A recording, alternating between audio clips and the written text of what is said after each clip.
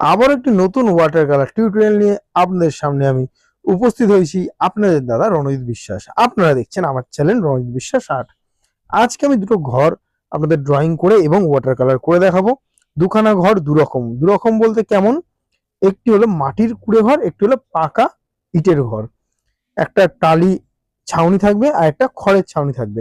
তো এরম দুটো ঘর আমি কেন করছি, অনেক বন্ধুরা মানে এই কাজটা করতে গিয়ে অসুবিধা হয়। মানে ধরুন কেউ মাটির ঘর করছেন, বুঝতে পারছেন না কি কালারটা করবেন, বা কেউ ধরুন পাকা ঘর করছেন বা টালির ঘর করছেন, কালারটা কি করবেন টালির সেটা বুঝতে পারেন না। তার জন্য কিন্তু আজকে আমি দুটো ঘর ওয়াটার কালার করে দেখাবো। মন দিয়ে দেখবেন রংটা আমি কিভাবে করছি, আর মাটির ঘরের জন্য যেই রংগুলো আমি ব্যবহার করেছি সেগুলো বলবো। মন দিয়ে দেখবেন, যদি মন দিয়ে ড্রয়িংটা না দেখেন তাহলে কিন্তু কালারটা শিখতে পারবেন না। আগে ড্রয়িংটা মন দিয়ে দেখে নিন, তারপরে কিন্তু আমি কালারটা শুরু। বাঁ দিকের কুড়ে ঘরটা আমার হয়ে গেছে। এবার আমি ডান দিকের ইটের পাকা বাড়িটা করছি, আর ছাউনিটা আমি টালিয়ে দিচ্ছি। তো উপরেরটার জন্য যেই যেই কালার ইউজ করেছি আমি বলে দিচ্ছি। গম্বুজি হলো vermilion red, brown Shayna, yellow অকার, আল্টিমেট ব্লু চালটার ক্ষেত্রে। আর মাটি যেটা পাঁচিলটা হবে সেটার ক্ষেত্রে আমি ব্যবহার করেছি ব্রাউন শায়না, আল্টিমেট ব্লু এবং ইয়েলো অকার। তো আর উপরে ব্রাউন শায়না তো আছেই। তো মাটির ঘরটার ক্ষেত্রে আমি এই কালারগুলো ব্যবহার করেছি, মানে এই কালার প্যালেট আমার মাটির ঘরটার ক্ষেত্রে থাকবে। আর পাকা ঘরের ক্ষেত্রে আমি কি ইউজ করেছি বলে দিচ্ছি। Crimson lake, vermilion red, brown sienna, ultimate blue, আর সঙ্গে সেলুনিয়াল ব্লু। আমি যে তুলিটা ব্যবহার করছি সেটা রাউন্ড ব্রাশ 10 নম্বর। তো যেটা বলছিলাম পাকা ঘরের ক্ষেত্রে কি রং ব্যবহার করেছি, পাঁচিলটার ক্ষেত্রে সেলুনিয়াল ব্লু, আর চালটার ক্ষেত্রে ultimate, crimson lake, vermilion red, এই রংগুলো কিন্তু ব্যবহার করেছি। তো আমি প্রথমে উপরের ঘরটা শুরু করে দিয়েছি, দেখতেই পাচ্ছেন। মন দিয়ে দেখুন কিভাবে আমি কালারটা করছি, নাহলে কিন্তু না দেখলে পুরো ভিডিওটা শিখতে পারবেন না। এই দুটো ঘর করার একটাই কারণ, যাতে আমার যে বন্ধুরা আছে যখন আমি কাজটা করি তারা যেন তাদের বুঝতে সুবিধা হয় যে মাটির ঘরের কালারটা কি হতে পারে এবং পাকা ঘরের কালারটা কি হতে পারে। এর জন্য কিন্তু আমি এই দুটো ঘর করে কম্পেয়ার করে দেখিয়ে দিচ্ছি মাটির ঘরের কালার কেমন হয় এবং পাকা ঘরের কালার, এবং চাল মানে ছাউনিটা টালির যে কালারটা হয় সেটা কেমন হতে পারে এবং খড়ের কালারটা কেমন হতে পারে, সেই দুটো কিন্তু আমি ডিভাইড করে ভালো করে দেখিয়ে দিচ্ছি। যদি কোনো অসুবিধা অতি অবশ্যই কমেন্ট করবেন, দাদা আছে আপনাদের হেল্প করে দেবে। আর বেশি কথা বলছি না, মন দিয়ে ভিডিওটা দেখতে থাকুন।